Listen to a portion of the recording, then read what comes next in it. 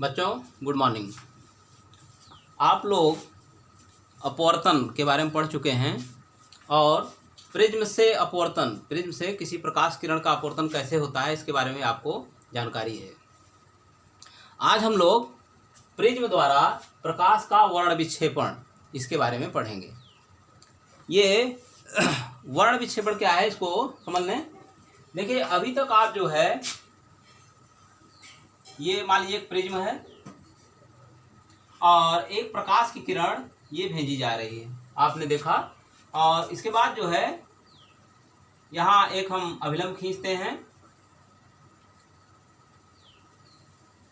ये इस तरह से।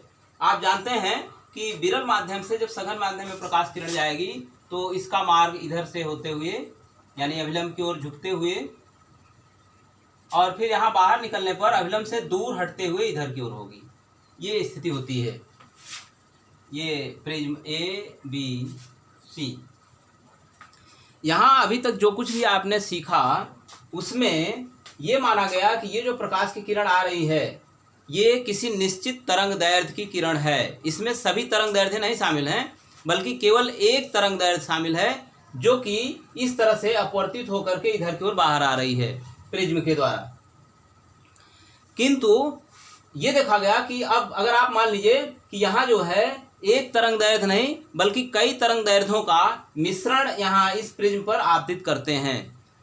सूर्य से आने वाला जो प्रकाश है, सूर्य से आने वाला या व्हाइट लाइट किसी भी स्रोत से आप प्राप्त कर रहे हैं, तो श्वेत प्रकाश में बहुत ढेर सारी तरंगें शामिल होती हैं। इनके तरंग दैर्ध्य सबके अलग अलग होते हैं। चलिए ये देखा गया, सबसे पहले न्यूटन ने ये देखा कि अगर मान लीजिए हम किसी प्रिज्म पर, यदि हम किसी प्रिज्म पर ऐसा प्रकाश डालें जिसमें एक से अधिक तरंग दैर्ध्य हों। न्यूटन ने सबसे पहले ये देखा कि अगर हम किसी प्रिज्म पर ऐसा प्रकाश डालें जिसमें कई तरंग दैर्ध्य उपस्थित हों। मान लीजिए कि ये प्रिज्म है और इस प्रिज्म पर एक ऐसी प्रकाश की किरण भेजी जा रही है जिसमें ढेर सारी तरंग दैर्ध्य यानी कई तरंग दैर्ध्य की तरंगें उपस्थित हैं।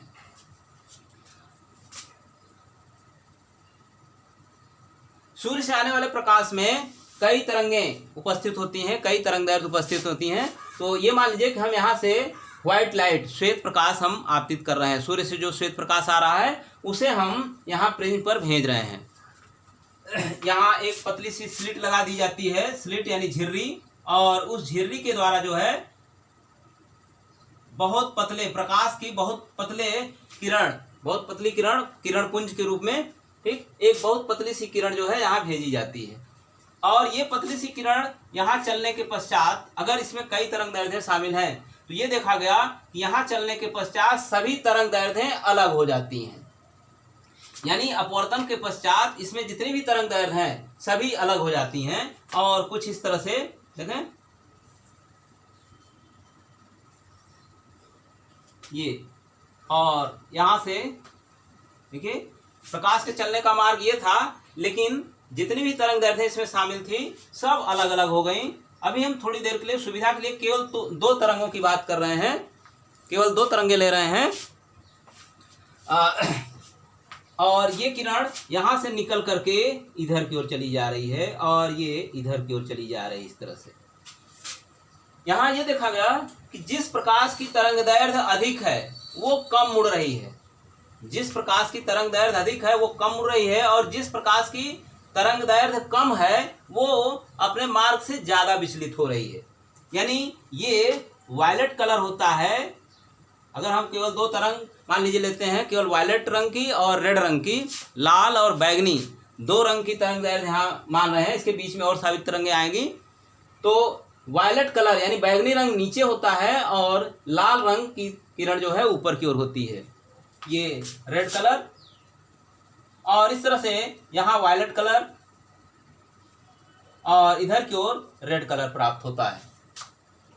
यहाँ भी अभिलंब आप दिखा सकते हैं इस तरह से, ये इस तरह से। तो इस प्रकार से आपने देखा कि यदि किसी प्रिज्म पर हम कई तरंगदैर्ध्यों से मिश्रित प्रकाश को हम आपतित करा रहे हैं, तो प्रिज्म से निकलने वाला प्रकाश अपने तरंगों में, अपनी अलग अलग तरंगदैर्ध्य के अनुसार अलग अलग तरंगों में यानी अलग अलग रंगों में विभक्त हो जाता है। आप इसको एक बार फिर सुन लें। यदि किसी प्रिज्म पर कई तरंगदैर्ध्य से मिश्रित प्रकाश को आपतित कराया जाए, तो प्रिज्म से निकलने के बाद सभी तरंगदैर्ध्यों के संगत तरंगें अलग अलग हो जाती हैं। इस घटना को हम लोग प्रकाश का वर्ण विक्षेपण कहते हैं। अब प्रकाश के वर्ण विक्षेपण को अगर आप संक्षेप में कहना चाहते हैं, तो वह घटना जिसमें किसी अपवर्तक माध्यम द्वारा यानी अपवर्तन के कारण किसी माध्यम द्वारा प्रकाश में उपस्थित तरंगदैर्ध्य अलग हो जाती हैं। तरंगदैर्ध्य का अर्थ सीधे रंग से होता है, यानी इस प्रकाश में उपस्थित जितनी भी तरंगदैर्ध्य हैं, जितने भी रंग हैं, सभी रंग अलग अलग हो जाते हैं। तो इस घटना को प्रकाश का वर्ण विक्षेपण कहा जाता है। दूसरी बात, यहाँ जो आपको अभी हमने केवल 2 रंग लिए थे, लाल और बैगनी, रेड और वायलेट कलर लिए गए थे। तो वायलेट कलर नीचे की ओर और लाल रंग ऊपर की ओर प्राप्त होता है। इसके अलावा बहुत ढेर सारे रंग बीच में मिलते हैं, जिसमें से जो मुख्य रंग हैं उन्हें हम विबग्योर, ये वायलेट, विव, ग्रीन, येलो, ऑरेंज और ये रेड, इस तरह से हम इन्हें विबग्योर के नाम से जानते हैं। विबग्योर में वी को वायलेट, आई इंडिगो और ये ब्लू, ग्रीन, येलो, ऑरेंज और रेड। हिंदी में अगर इसको हम कहना चाहें तो बैनी आ पीनाला, बैनी आ पीनाला, इस नाम से जानते हैं हम लोग। बैगनी का मतलब बैगनी, नीला, आसमानी, हरा, पीला, नारंगी और लाल, इस क्रम में सारे रंग व्यवस्थित होते हैं। लाल और बैगनी रंग के बीच में ये सभी रंग व्यवस्थित होते हैं। केवल इतने ही रंग नहीं होते हैं, लेकिन मुख्य रूप से यही रंग हमें दिखाई देते हैं। इसके अलावा और ढेर सारे रंग मिश्रित होते हैं, जिन्हें हम अच्छी तरह से अलग अलग नहीं विभक्त कर सकते हैं, देख सकते हैं। तो इनके बीच में यानी वायलेट इंडिगो के बीच में भी ढेर सारे रंग होते हैं, इसके बीच में भी ढेर सारे रंग होते हैं। इस तरह से बहुत सारे रंग होते हैं और सभी रंग हमें अलग अलग प्राप्त होते हैं। किंतु मुख्य रूप से जो अच्छी तरह से डिस्टिंग्विश किए जा सकते हैं, आप अच्छी तरह से देख सकते हैं, वो कलर ये होते हैं बैनी आ पीनाला, बैगनी, नीला, आसमानी, हरा, पीला, नारंगी और लाल रंग होते हैं। इस प्रकार से जो यहाँ आपको रंगों का एक क्रम प्राप्त हो रहा है, एक व्यवस्थित क्रम प्राप्त हो रहा है, इसे हम स्पेक्ट्रम कहते हैं। ये चीज होता है स्पेक्ट्रम, स्पेक्ट्रम इसको कहा जाता है।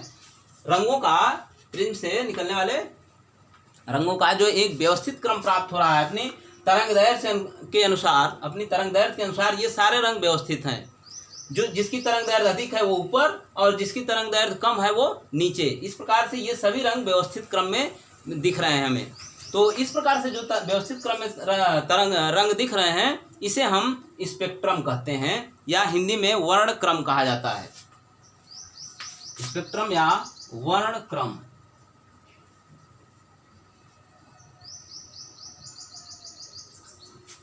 चलिए आगे बात करते हैं। अब यहाँ 2 बात उठती है कि क्या ये रंग क्यों प्राप्त हो रहे हैं। तो रंग क्यों प्राप्त हो रहे हैं, इसके लिए 2 संभावनाएं हो सकती हैं। शुरुआत में ये देखा गया कि क्या संभावना होती है, क्या कारण हो सकता है। या तो हो सकता है कि यह प्रिज्म जो है, ये जो श्वेत प्रकाश आ रहा है, इसको अलग अलग रंगों में रंग दे रहा है। और दूसरा कारण हो सकता है इस श्वेत प्रकाश में ही ये सभी रंग उपस्थित हैं। न्यूटन ने सिद्ध किया कि वास्तव में ये प्रिज्म जो है श्वेत प्रकाश की किरणों को रंग नहीं रहा है, उनका कलर चेंज नहीं कर रहा है, बल्कि वास्तविकता यह है कि श्वेत प्रकाश में ये सभी रंग पहले से ही उपस्थित हैं। श्वेत प्रकाश के ही ये रंग हैं, अवयवी रंग हैं। इन्हीं सभी रंगों से मिल करके ये श्वेत प्रकाश बना हुआ है। देखिए इसको कैसे उन्होंने सिद्ध किया। उन्होंने यहाँ जो पर्दा लगाया है, इसमें से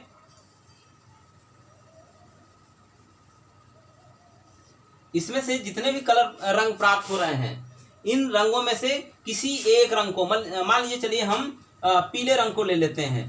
पीले रंग को यहाँ से, यहाँ उन्होंने एक स्लिट बनाया, काटा, और इस पीले रंग को उन्होंने एक दूसरे प्रिज्म पर गुजारा। यहाँ से ये पीला रंग जा रहा है, वायलेट कलर, ठीक है, और इस वायलेट कलर को उन्होंने इसी प्रकार के एक दूसरे प्रिज्म से गुजारा।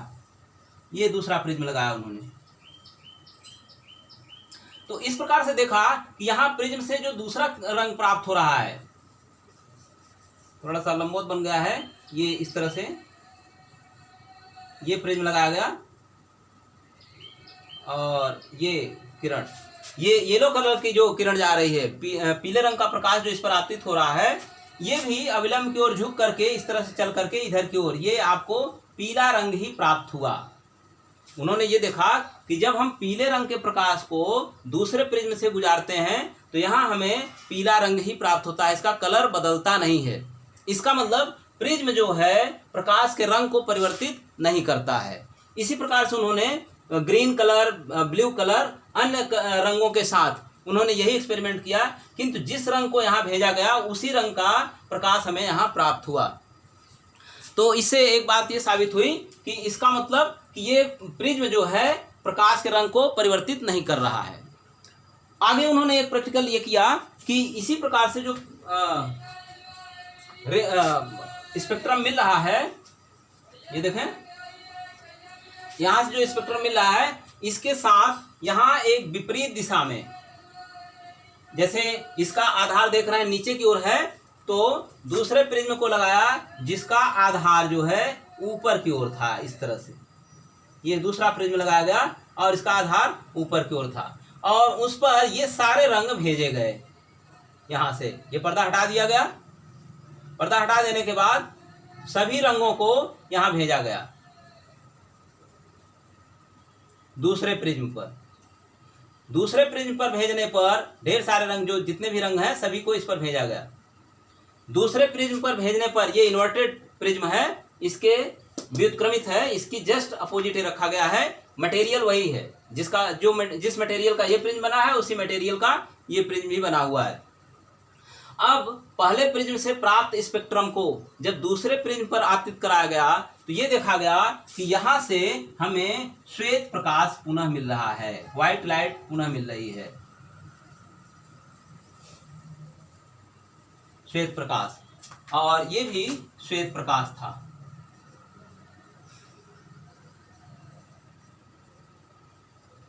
तो आपने श्वेत प्रकाश भेजा एक प्रिज्म पर और इसने सभी रंगों को अलग कर दिया। इसके बाद जब प्रिज्म को इन्वर्टेड करके लगाया गया, व्युत्क्रमित करके लगाया गया, तो ये देखा गया कि ये सारे कलर्स, यानी जो स्पेक्ट्रम मिल रहा था, ये सारे कलर्स आपस में मिल करके फिर हमें श्वेत प्रकाश दे रहे हैं। तो ये बात, ये एक्सपेरिमेंट सिद्ध करता है कि श्वेत प्रकाश में ये सभी रंग पहले से ही उपस्थित हैं, यानी श्वेत प्रकाश इन सभी रंगों का मिश्रण है और प्रिज्म जो है प्रकाश के रंग को परिवर्तित नहीं करता है। ठीक,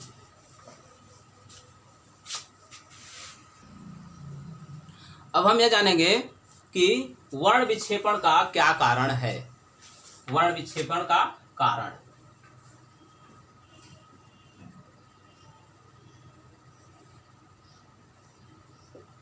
देखें, आपने अपवर्तन पढ़ते समय ये देखा कि अगर एक प्रकाश किरण ये आपतित हो रही है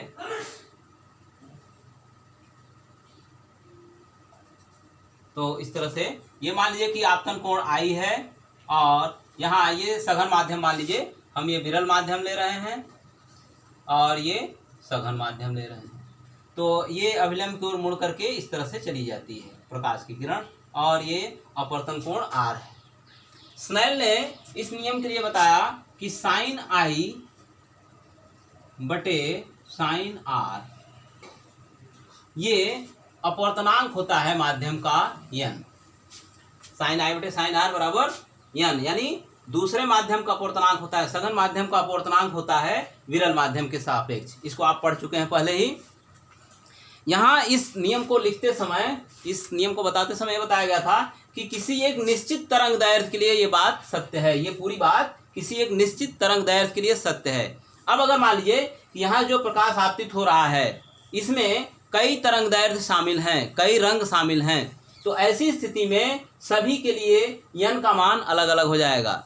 यानी कि ये, और आप इसी को पढ़ चुके हैं कि V1/V2, यानी इसमें अगर प्रकाश की चाल V1 है, इसमें प्रकाश की चाल V2 है, तो ये sin I बटे sin R बराबर n बराबर V1/V2, यानी कि ये इसमें दोनों माध्यमों में, पहले माध्यम में और दूसरे माध्यम में प्रकाश की चालों का अनुपात जो है अपवर्तनांक के बराबर होता है, दूसरे माध्यम के अपवर्तनांक के बराबर होता है।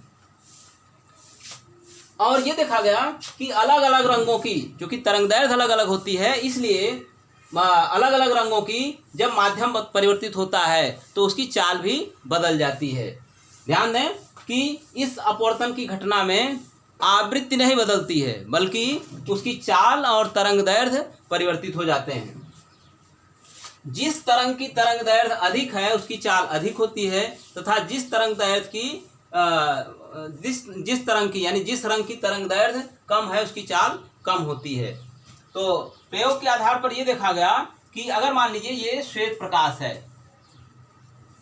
श्वेत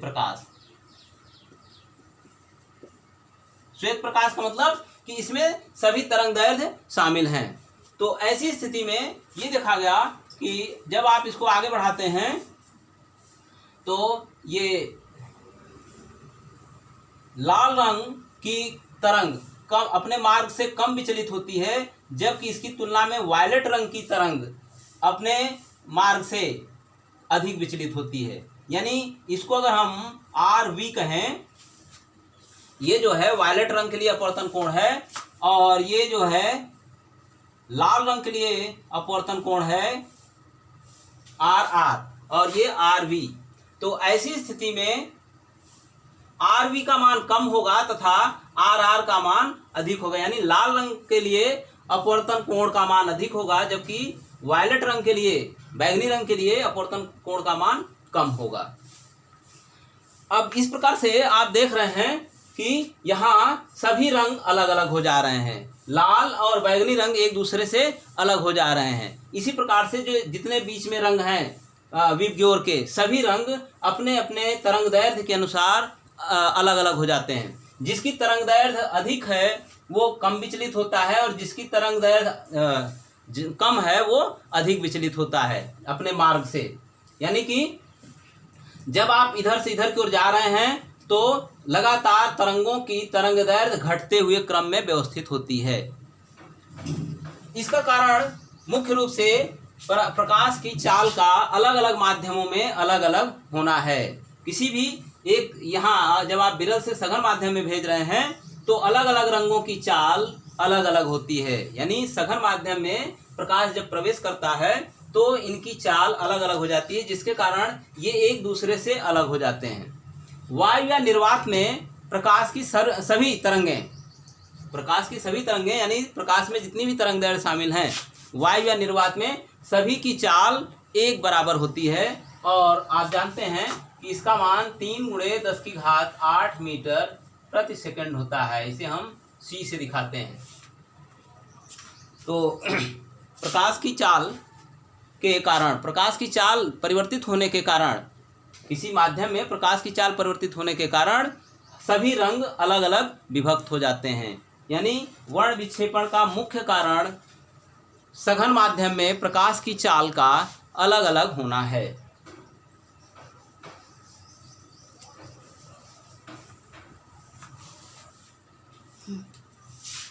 अब मान लेते हैं हम कि किसी माध्यम का अपवर्तनांक बैंगनी रंग के लिए NV तथा लाल रंग के लिए NR है। तो ऐसी स्थिति में NV का मान जो हो जाएगा sin I बटे sin RV, और NR का मान जो हो जाएगा ये होगा sin I बटे sin RR। तो इस प्रकार से आप देख रहे हैं कि अपवर्तनांक के अनुसार अपवर्तन कोण का मान उसके व्युत्क्रमानुपाती होता है। इसको चूंकि साइन आई और साइन आई दोनों के लिए कांस्टेंट है, तो आप ये कह सकते हैं कि N V is proportional to 1 sine R V, या इसको साइन जैसे जैसे कोण का मान बढ़ता है या घटता है उसी क्रम में साइन आर का मान जो है बढ़ेगा या घटेगा। अगर इसका मान बढ़ाएंगे तो साइन आर का मान भी बढ़ेगा, और अगर घटाएंगे तो साइन आर का मान भी घटेगा। तो इस तरह से N V is proportional to 1 sine R V तथा N R is proportional to 1 sine R R. आगे यानी जिस रंग के लिए माध्यम का अपवर्तनांक अधिक होगा उसके लिए अपवर्तन कोण का मान कम होगा। यहाँ देखें, इसके लिए वायलेट कलर के लिए, बैगनी रंग के लिए इस माध्यम का अपवर्तनांक अधिक है, इसलिए इसके लिए अपवर्तन कोण का मान कम है। जबकि लाल रंग के लिए, रेड कलर के लिए इस माध्यम का अपवर्तनांक, किसी भी माध्यम का अपवर्तनांक अधिक कम होता है, तो इसलिए इसका अपवर्तन कोण अधिक है। इसके जस्ट अपोजिट, यानी ये अगर अधिक है तो ये कम रहेगा, और उसका उल्टा ये अगर कम है तो ये अधिक रहेगा।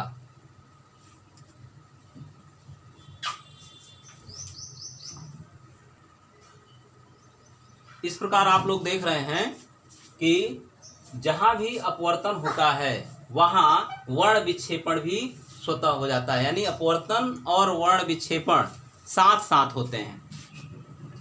और इसी तरह से जब आप प्रिज्म से प्रकाश को गुजारते हैं इस तरह से, तो ये रंग अलग अलग हो जाते हैं, और इधर से निकलने पर फिर ये और अधिक मुड़ करके एक दूसरे से और अधिक दूर हो जाते हैं।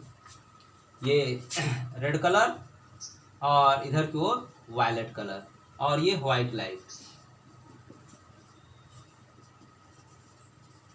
व्हाइट लाइट को जब प्रिज्म पर भेजा जाता है, इस पर आपतित कराया जाता है, तो यहीं से अपवर्तन के साथ साथ वर्ण विक्षेपण भी शुरू हो जाता है। यहीं वर्ण विक्षेपण भी हो जाता है और अलग हो जाते हैं। यहाँ पहुँचने पर ये तरंगे, यानी ये रंग एक दूसरे से और अधिक दूर हो जाते हैं, और यहाँ हमें रंगों का एक स्पेक्ट्रम प्राप्त होता है।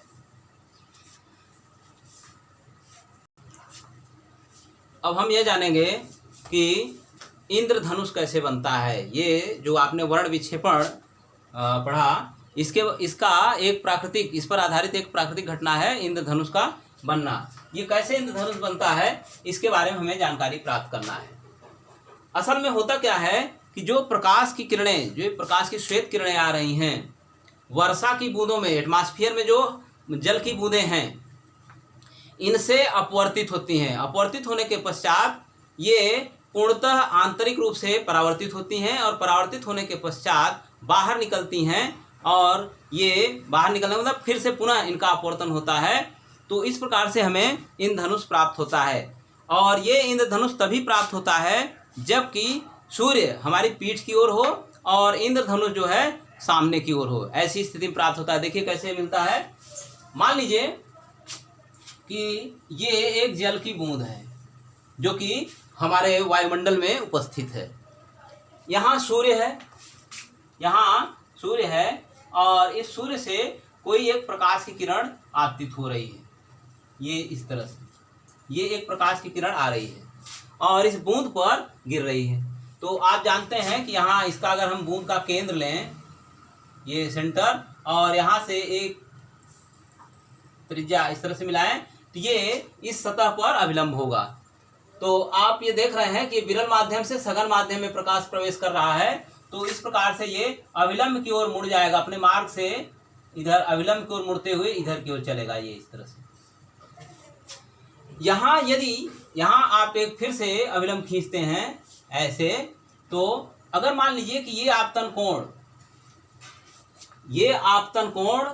जल और वायु के लिए क्रांतिक कोण से बड़ा है। जल और वायु के लिए क्रांतिक कोण का मान 48 डिग्री होता है, 48 डिग्री लगभग। तो अगर ये कोण क्रांतिक कोण से, इस क्रांतिक कोण C से अगर ये कोण बड़ा है, वायु और जल के लिए क्रांति कोण 48 डिग्री है। इससे बड़े कोण पर अगर ये प्रकाश की किरण आपतित हो रही है तो ये किरण पूर्णतः आंतरिक रूप से परावर्तित हो जाती है। टोटल इंटरनल रिफ्लेक्शन यहाँ होता है, यानी कि ये प्रकाश की किरण बाहर नहीं निकल पाती है बल्कि इसी माध्यम में जल में ही वापस लौट आती है और ये यहाँ से लौट करके इधर की ओर आती है ऐसे, ये इस तरह से। यहाँ पहुँचने पर यहाँ आप एक अभिलंब और खींच सकते हैं। यहाँ पहुँचने पर आप देख रहे हैं ये सघन माध्यम जल से वायु में प्रवेश कर रही किरण, इसलिए अभिलंब से दूर हटते हुए इधर की ओर चली जाती है ऐसे। आपने अभी देखा पीछे कि लाल रंग की तुलना में बैंगनी रंग की किरण अधिक अपवर्तित होती है, यानी कि बैंगनी रंग के लिए अपवर्तन कोण का मान कम होता है और लाल रंग के लिए अपवर्तन कोण का मान अधिक होता है। तो ऐसी स्थिति में यहाँ चूंकि ये व्हाइट लाइट है, श्वेत प्रकाश है, श्वेत प्रकाश, तो यहाँ से श्वेत प्रकाश आपतित हो रहा है और यहाँ पहुँचने पर इस श्वेत प्रकाश का अपवर्तन हो रहा है। तो आप जानते हैं कि लाल रंग का प्रकाश कम विचलित होगा, अपने मार्ग से कम विचलित होगा और बैंगनी रंग का प्रकाश अपने मार्ग से अधिक विचलित हो जाएगा। तो ऐसी स्थिति में ये ऊपर वाली किरण मान लीजिए लाल रंग की है, लाल रंग के लिए है और यहाँ से इधर की ओर ये बैंगनी रंग आपको प्राप्त होगा, वायलेट कलर, ये वायलेट कलर और ये रेड कलर, ठीक है। और यहाँ भी प्रकाश जो है अपने क्रांतिक कोण से बड़े कोण पर आपतित हो रहा है। तो ऐसी स्थिति में इसका भी टोटल इंटरनल रिफ्लेक्शन होगा, पूर्ण आंतरिक परावर्तन यहाँ भी होगा और ये बैंगनी रंग की प्रकाश की किरण भी बिल्कुल उसी तरह से चल करके यहाँ आएगी और अपने अभिलंब से दूर हटते हुए, ये अभिलंब आ रहा है इसका इससे, और ये अपने अभिलंब से दूर हटते हुए इधर की ओर आ जाएगी। तो ये बैंगनी रंग और ये लाल रंग, इस तरह से आपको इंद्रधनुष प्राप्त होगा। अब जितनी भी बूंदें हैं वो सभी प्रकाश की किरणों को इस प्रकार से मोड़ देती हैं और आप देखेंगे, देखिए यहाँ अगर सूर्य है तो इस तरह से आप, सूर्य जो है यहाँ है तो सामने से ये बूंदें जो है इनको रिफ्लेक्ट करके इधर वापस भेज रही हैं। तो सूर्य हमारे पीछे होना चाहिए और प्रकाश, जल की बूंदें जो है सामने होनी चाहिए, यानी वायुमंडल में जल की बूंदें जब सामने अधिक मात्रा में होती हैं और उसके जस्ट अपोजिट सूर्य होता है तो ऐसी स्थिति में हमें इंद्रधनुष दिखाई देता है। और इसमें देखें आप कि बैंगनी रंग जो है नीचे दिख रहा है, लाल रंग ऊपर दिख रहा है और ये सारे कलर्स जो है कुछ इस तरह से आपको दिखेंगे, ये वृत्त के चाप के रूप में, आर्क के रूप में, जिसमें लाल रंग इधर और वायलेट कलर इधर की ओर है और सभी के केंद्र जो है एक होंगे। इस तरह से ये सभी चाप जो है सकेंद्रीय होंगे। इस प्रकार से आप ढेर सारे, इसमें मुख्य रूप से 7 रंग ही दिखाई देते हैं लेकिन बहुत सारे असंख्य रंग उपस्थित होते हैं इस इंद्रधनुष में। ठीक, ओके, धन्यवाद।